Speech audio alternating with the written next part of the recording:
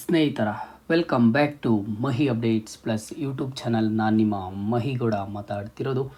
KCET ಕುರಿತು latest updates ಇದ್ದಾವೆ, ಒಂದು ಬಿಗ್ ಅಪ್ಡೇಟ್ಸ್ ಅಂತಲೇ ಹೇಳ್ಬೋದು. ಎಲ್ಲದ್ರ ಬಗ್ಗೆ ಮಾತಾಡ್ತಾ ಹೋಗೋಣ. ಜೊತೆಗೆ ಈ ವರ್ಷದ ಕೌನ್ಸಿಲಿಂಗ್ ಬಗ್ಗೆ ಒಂದು MC ಸುಧಾಕರ್ ಸರ್ ಅವರು, ನಮ್ಮ ಒಂದು ಉನ್ನತ ಶಿಕ್ಷಣ ಸಚಿವರು, ಈ ವರ್ಷದ ಕೌನ್ಸಿಲಿಂಗ್ ಬಗ್ಗೆ ಒಂದಿಷ್ಟು ಅಪ್ಡೇಟ್ಸನ್ನು ಕೊಟ್ಟಿದ್ದಾರೆ. ಅದ್ರ ಬಗ್ಗೆ ನೋಡ್ತಾ ಹೋಗೋಣ.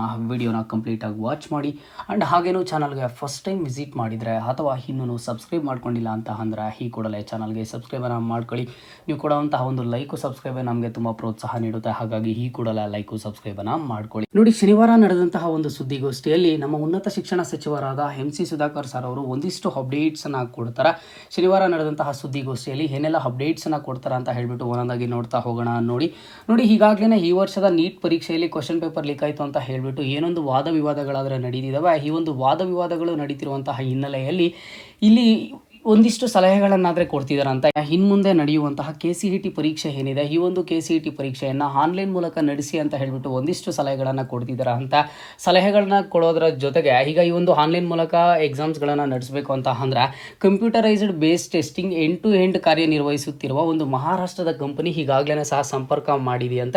ಈಗ ಇದಕ್ಕೆ ಉನ್ನತ ಶಿಕ್ಷಣ ಸಚಿವರು ಏನು ಹೇಳ್ತಿದ್ದಾರೆ ಅಂತ ಅಂದರೆ, ಈಗಾಗಲೇ ಸಲಹೆಗಳು ಬಂದಿದ್ದಾವೆ. ಈ ರೀತಿ ಒಂದು ಮಹಾರಾಷ್ಟ್ರದ ಒಂದು ಕಂಪನಿನೂ ಸಹ ಸಂಪರ್ಕ ಮಾಡಿದೆ.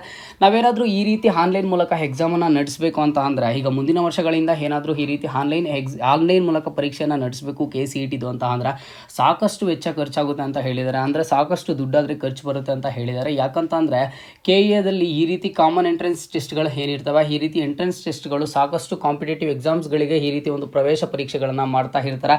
ಹಾಗಾಗಿ ಸಾಕಷ್ಟು ದುಡ್ಡು ಖರ್ಚಾಗುತ್ತೆ ಅಂತ ಹೇಳ್ತಿದ್ದಾರೆ. ಬಟ್ ನೋಡಿ, ನೀವು ಇಲ್ಲಿ ಸ್ಟೂಡೆಂಟ್ಸ್ ಯಾರೂ ಸಹ ಆಗಿದ್ದರೆ ಮುಂದಿನ ವರ್ಷದಿಂದ ಆನ್ಲೈನಲ್ಲೇ ಇರುತ್ತಾ ಪರೀಕ್ಷೆ ಏನು ಅಂತ ಹೇಳಿಬಿಟ್ಟು ಯಾರೂ ಸಹ ಇದನ್ನು ಈ ರೀತಿ ಫಿಕ್ಸ್ ಆಗೋದಕ್ಕೆ ಹೋಗಬೇಡಿ. ಈಗ ಸದ್ಯದ ಮಟ್ಟಿಗೆ ನಡೆದಿರುವಂತಹ ಡಿಸ್ಕಷನ್ಸನ್ನು ನಮ್ಮ ಮುಂದೆ ಈ ಒಂದು ಸುದ್ದಿಗೋಷ್ಠಿಯಲ್ಲಿ ಉನ್ನತ ಶಿಕ್ಷಣ ಸಚಿವರು ಹಂಚ್ಕೊಂಡಿದ್ದಾರೆ. ಈಗ ನೀಟ್ ಪರೀಕ್ಷೆದು ಯಾಕೆ ಕ್ವಶನ್ ಪೇಪರ್ ಲೀಕ್ ಎಲ್ಲ ಏನಾಯಿತು, ಅದಕ್ಕೆ ಒಂದಿಷ್ಟು ಸಲಹೆಗಳಾದರೆ ಬಂದಿದ್ದಾವೆ. ಇನ್ನು ಮುಂದೆ ಈ ರೀತಿ ಆಗದೇ ಇರಲಿ, ಹಾಗಾಗಿ ಆನ್ಲೈನ್ ಮೂಲಕ ಪರೀಕ್ಷೆನ ನಡೆಸ್ಕೊಡಿ ಅಂತ ಹೇಳಿಬಿಟ್ಟು ಒಂದಿಷ್ಟು ಸಲಹೆಗಳಷ್ಟೇ ಬಂದಿರೋದು. ಇದ್ರ ಬಗ್ಗೆ ಇನ್ನೂ ಸಹ ಒಂದಿಷ್ಟು ಡಿಸ್ಕಷನ್ಸ್ ಆದರೆ ಆಗುತ್ತೆ. ಒಂದಿಷ್ಟು ಡಿಸ್ಕಷನ್ಸ್ ಎಲ್ಲನೂ ಆದಮೇಲೆ ಏನು ಮಾಡ್ತಾರೆ ಏನೋ ಅನ್ನೋದನ್ನು ಮುಂದಿನ ದಿನಗಳಲ್ಲಿ ಅಪ್ಡೇಟ್ಸನ್ನು ಕೊಡ್ತಾರೆ. ಅದು ನೆಕ್ಸ್ಟ್ ಇಯರೇ ಮಾಡ್ತಾರೋ ಅಥವಾ 2 ವರ್ಷ ಆದಮೇಲೆ ಮಾಡ್ತಾರೋ ಅಥವಾ ಮಾಡೋದೇ ಇಲ್ವಾ ಅಂತ ಹೇಳಿಬಿಟ್ಟು ಮುಂದಿನ ದಿನಗಳಲ್ಲಾದರೆ ಅಪ್ಡೇಟ್ಸ್ ಬರುತ್ತೆ. ಸ್ಟೂಡೆಂಟ್ಸ್ ಅಲ್ಲಿಗೆ ತನಕ ವೆಯ್ಟ್ ಮಾಡಬೇಕು. ಸದ್ಯದ ಮಟ್ಟಿಗೆ ಬಂದಿರುವಂತಹ ಸಲಹೆಗಳು ಆ್ಯಂಡ್ ಹಾಗೇನೂ ಸಹ ಯಾವ ರೀತಿ ನಡೆಸಬೇಕು ಏನು ಅನ್ನೋದನ್ನು ಹೇಳಿದ್ದಾರೆ. ಇದ್ರ ಬಗ್ಗೆ ಒಂದಿಷ್ಟು ಡಿಸ್ಕಷನ್ಸನ್ನು ಆದಮೇಲೆ ನಮಗೆ ಒಂದಿಷ್ಟು ಅಪ್ಡೇಟ್ಸ್ ಮುಂದೆ ಬರುತ್ತೆ. ಆಗ ನಾನು ನಿಮಗೆ ಅಪ್ಡೇಟ್ ಮಾಡಿ ತಿಳಿಸ್ಕೊಡ್ತೀನಿ.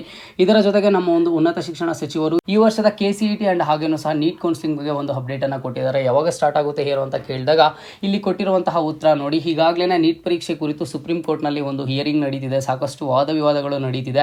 ಯಾವುದೇ ಒಂದು ರೀತಿಯ ಅಂತಿಮ ನಿರ್ಧಾರ ಆದರೆ ಬಂದಿಲ್ಲ. ಒಂದು ಅಂತಿಮ ನಿರ್ಧಾರ ಬಂದಿದೆ ಆದಮೇಲೆ ನಮ್ಮ ಒಂದು ರಾಜ್ಯದಲ್ಲಿ KCET ಆ್ಯಂಡ್ ಹಾಗೇನೂ ಸಹ ನೀಟ್ ಕೌನ್ಸಿಲಿಂಗನ್ನು ಆದಷ್ಟು ಬೇಗ ಸ್ಟಾರ್ಟ್ ಮಾಡ್ತೀವಿ. ಸುಪ್ರೀಂ ಕೋರ್ಟಿಂದ ಒಂದು ಅಂತಿಮ ನಿರ್ಧಾರ ಬಂದ ಕೂಡಲೇ ನಾವು ಸ್ಟಾರ್ಟ್ ಮಾಡ್ಕೋತೀವಿ ಅಂತ ಹೇಳಿಬಿಟ್ಟು ಒಂದು ಅಪ್ಡೇಟ್ ಅದನ್ನಾದರೆ ಕೊಟ್ಟಿದ್ದಾರೆ. ಈ ವರ್ಷದ KCET ಆ್ಯಂಡ್ ಹಾಗೇನೂ ಸಹ ನೀಟ್ ಕೌನ್ಸಿಲಿಂಗ್ ಅಪ್ಡೇಟ್ ಕುರಿತು ಇದು ಇವತ್ತಿನ ಮಾಹಿತಿ ಆಗಿರುತ್ತೆ. ಇದೇ ರೀತಿಯ ಎಲ್ಲ ಹೆಚ್ಚಿನ ಅಪ್ಡೇಟ್ಸ್ಗಾಗಿ ಮಹಿ ಅಪ್ಡೇಟ್ಸ್ ಪ್ಲಸ್ ಯೂಟ್ಯೂಬ್ ಚಾನಲನ್ನು ಈ ಕೂಡಲೇ ಎಲ್ಲರೂ ತಪ್ಪದೆ ಸಬ್ಸ್ಕ್ರೈಬನ್ನು ಮಾಡ್ಕೊಳ್ಳಿ.